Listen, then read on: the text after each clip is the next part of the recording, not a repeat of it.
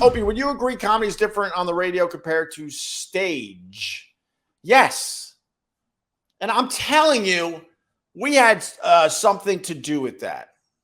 I don't want to be the hop along Howie guy, but I'll say this. I did radio long enough.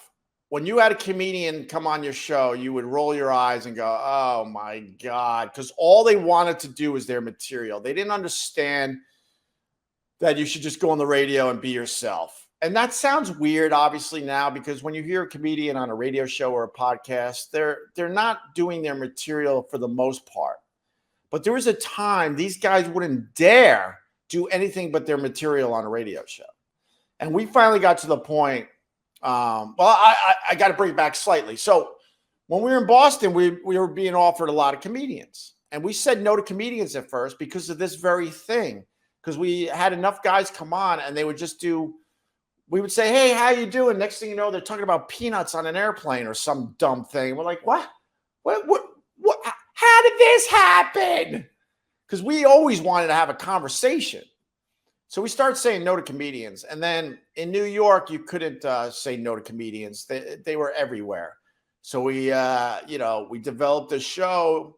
And then these comedians started coming in. And there were a few guys at first, they did exactly that. They came in and they tried to do their material. And we would kind of shut them down and go, no, man, let's just hang out and talk.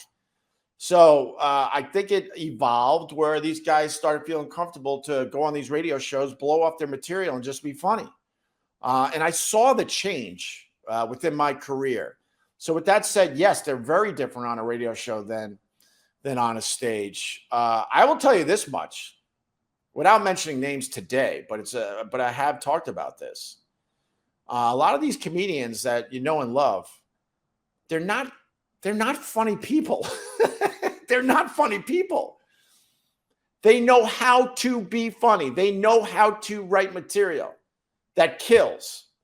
But then when you hang out with them, when they're not on a stage or not on the radio show, they're not funny people. They just learned the craft in such a way that they knew how to be funny. That's a big difference. A big difference. And then there were guys, I would have to think this over a little more before I really mention actual names, but then there were guys that were beyond hilarious, but their stand-up wasn't good. So kind of worked both ways. O&A was a training school for all these comics podcasts. I had to tap out. There was a time I was listening to, a bunch of them, let's just say. I would spin around and see what this guy's doing and that guy's doing. And I'm like, wow, this sounds way too familiar. Way too familiar. You guys are just turning on mics and going. And that, I know that sounds crazy to say, but I'm telling you, there was a time no one would dare just turn on a mic and just start babbling. I mean, no one, including Howard Stern. That's what made Opie and Anthony different from Howard Stern. Howard Stern has a giant foot in old school radio that he does to this day. Writers, writing bits, things like that. I think most of his show is quote scripted or planned out. And the best days of Opie and Anthony were the days where we threw all our prep away and just babbled. Whatever. Like I said earlier, and what do I know? I mean, he's making still well over $100 million a year. And I just got excited because someone gave me, $5? So look, I understand my place. I'm not stupid, but I do know this shit.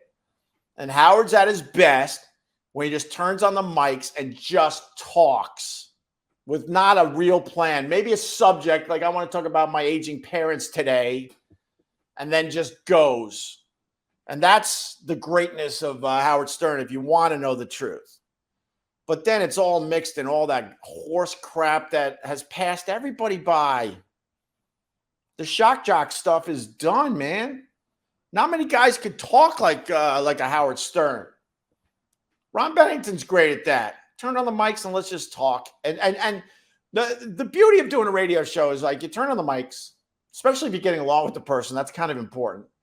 I'm not going down that road, but in general, I'm speaking general terms. And when you're with somebody or people in the room that you really enjoy being with, and you turn on those mics, and then you start meandering, and then you find a groove, and then you're in that groove.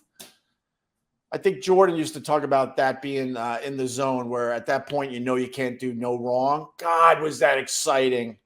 But if everything is scripted for you, you never really get into those grooves, because you're like, oh my God, we got to get to the news with Robin. We have to do the weighing of the hat because all the guys relieve themselves on it. We got to see how much it weighs today.